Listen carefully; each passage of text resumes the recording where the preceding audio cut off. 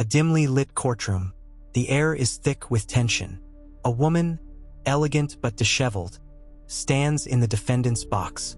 Her piercing gaze is fixed on the jury. The judge's gavel pounds. Mrs. Evelyn Monroe, you stand accused of the murders of Richard Monroe and Veronica Lane. How do you plead? Silence. Her lips part, but instead of an answer, a single tear rolls down her cheek. And then, fade to the past. The beginning. Evelyn Monroe was the epitome of grace and sophistication. A woman who had lived a life most only dreamed of. She was beautiful, intelligent, and poised. An art gallery owner with a refined taste in everything, including men. And then came Richard. Richard Monroe was charming, successful, and devilishly handsome. He swept Evelyn off her feet, offering her the fairy tale life she had always desired. Their marriage was the kind that inspired envy. Lavish parties, romantic getaways, and whispered laughter behind closed doors. But beneath the surface, secrets lurked. A secret Evelyn carried in her heart like a buried dagger. She had a daughter, Veronica Lane, a daughter born out of wedlock, hidden away from the world, raised by relatives in another city. Evelyn had done everything to erase that past, ensuring that no stain of her previous mistakes marred her perfect new life.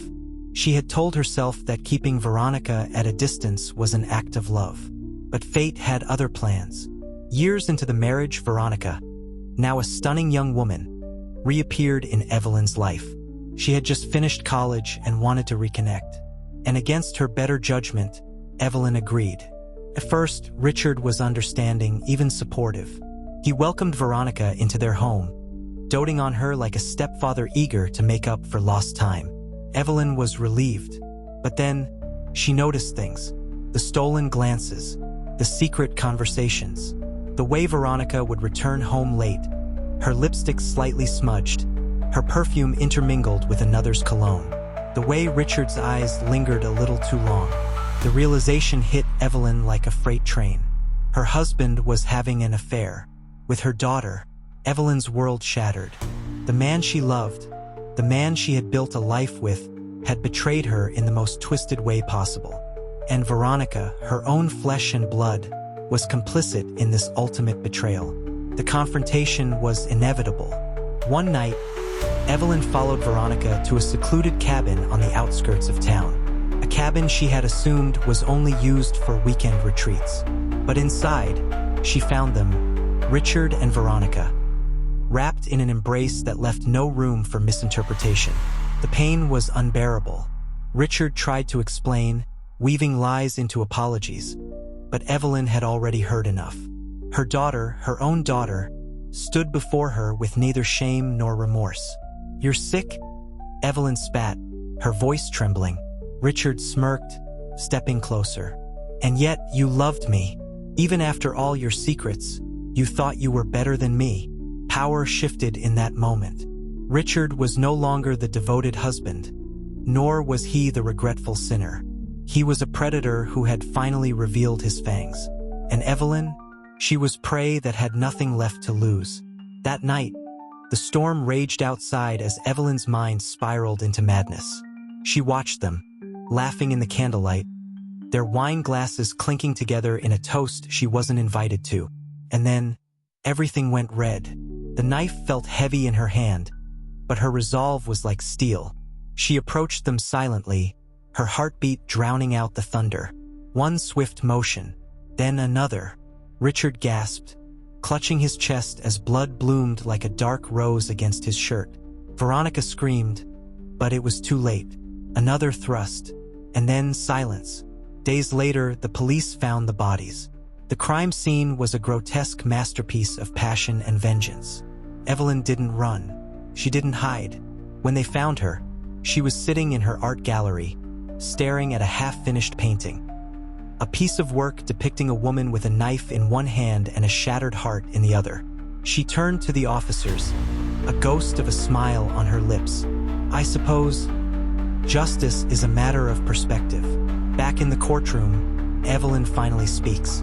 "I loved him," she whispers. "I loved them both, and they destroyed me." Gasps ripple through the courtroom. The judge calls for order. The jury remains still, the weight of her confession hanging in the air. And then, a voice from the gallery. A man, hidden in the shadows, steps forward. His face is eerily familiar. "I think the court should hear what I have to say," he announces. Evelyn turns to him, her breath catching in her throat. Recognition flickers in her eyes. The room erupts into whispers. Who is this man? And more importantly, what does he know? The air in the courtroom thickens as the man steps forward. His voice, deep and trembling, breaks the stunned silence. "My name is Daniel Lane," he declares, his gaze locking onto Evelyn's. "And I am Veronica Lane's father." A collective gasp spreads through the room. Evelyn stiffens, her hands gripping the cold wooden edge of the defendant's stand. The past has come to haunt her. Judge Reynolds leans forward. "And what exactly do you wish to say, Mr. Lane?" Daniel swallows hard before speaking. "I come not as a witness to condemn Evelyn Monroe, but as a man seeking redemption for my own sins. 24 years ago, Evelyn and Daniel were young and in love, but Daniel was ambitious, a man with dreams of wealth and status. When Evelyn became pregnant, he saw her as an obstacle to his rise and abandoned her without looking back. Evelyn, heartbroken and disgraced, bore the burden alone. She raised Veronica in the shadows, protecting her from the cruel whispers of society. And when Evelyn had the chance to rewrite her destiny by marrying Richard, she thought she had finally outrun her painful past. But fate had a twisted sense of humor." Daniel's voice shakes as he continues. "For 20 years, I lived my life pretending they didn't exist. And yet Evelyn never stopped loving Veronica. She gave her everything. And now, here she stands, accused of murder, because fate was cruel enough to intertwine their lives in the most tragic way possible." The courtroom is silent as Daniel's words sink in. Evelyn's attorney rises. "Your Honor, while my client committed a crime, her actions were driven by unbearable betrayal and years of suffering.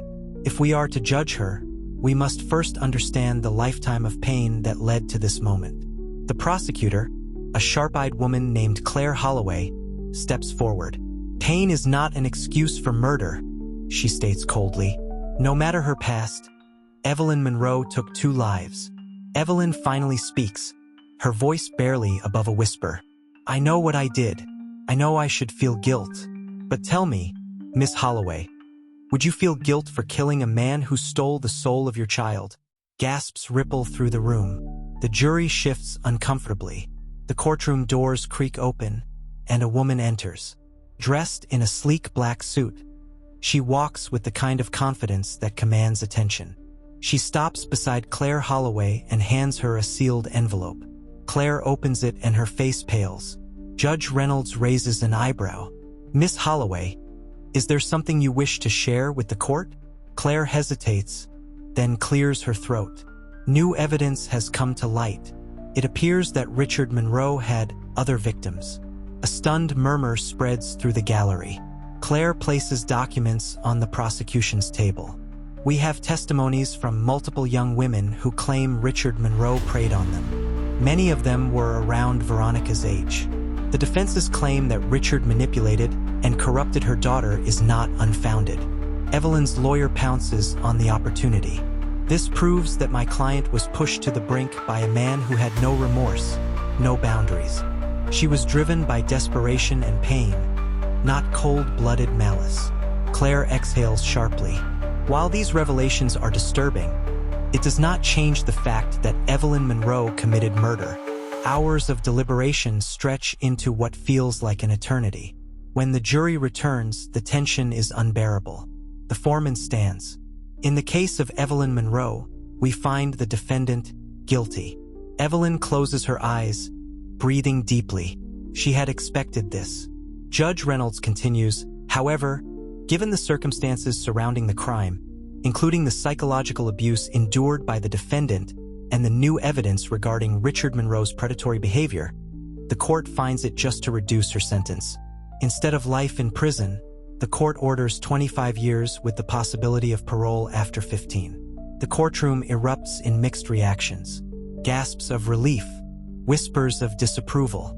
Daniel Lane moves toward Evelyn, but the bailiff steps between them. Their eyes meet, his filled with regret, hers unreadable. "I should have never left you," he murmurs. Evelyn tilts her head slightly, her expression unreadable. "And I should have never let him in."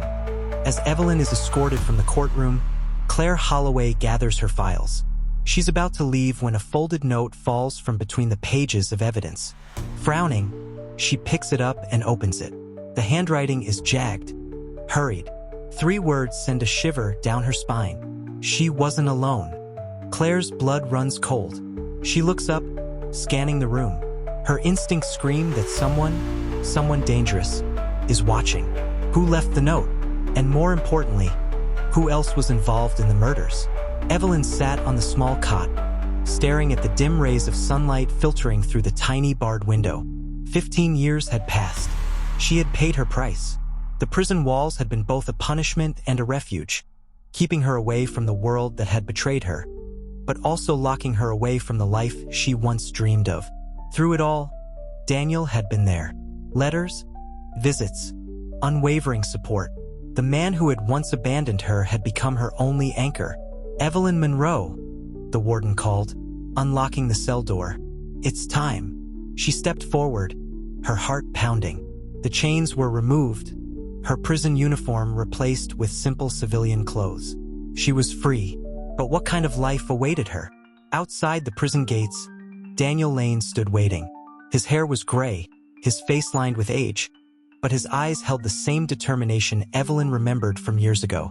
"I didn't think you'd actually come," Evelyn murmured, her voice betraying her uncertainty. Daniel stepped forward, his voice thick with emotion. "I promised, didn't I?" She wanted to be angry, to scream, to ask why it took him this long to fight for her. But as she looked into his tired eyes, she realized the past no longer mattered. What mattered was the present, the fragile hope of something new. Though Evelyn was free, the world had changed. The media still whispered about her. People stared. And in the quiet moments, when she was alone in Daniel's modest home, the ghosts of Richard and Veronica haunted her. One night, she sat by the fireplace, staring into the flickering flames. "Do you think I'll ever be able to forgive myself?"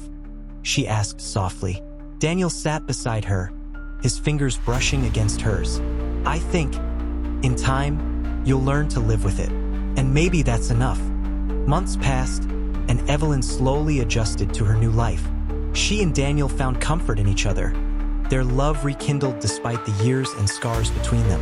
But there was still one thing left unresolved. The note Claire Holloway had found years ago. She wasn't alone.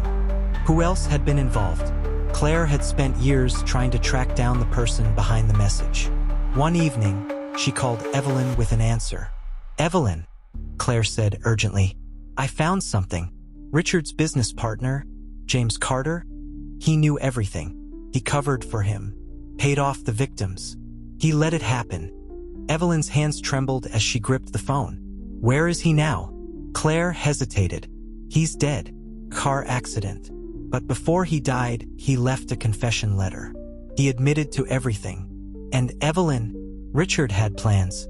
He wanted to marry Veronica officially. He was going to adopt her legally." Evelyn felt the air leave her lungs. The betrayal ran deeper than she had ever imagined. Despite everything, Evelyn chose to let go. She and Daniel moved to a quiet town, away from the eyes of those who judged them. They were old now, but they had each other. And for the first time in decades, that was enough. As they sat on the porch one evening, watching the sunset, Evelyn sighed. "Do you ever think about the past?" Daniel smiled gently. "Not as much as I think about the future." She turned to him, a hint of a smile playing on her lips. The past had shaped them, but it would not define them. They had been broken, lost, and shattered.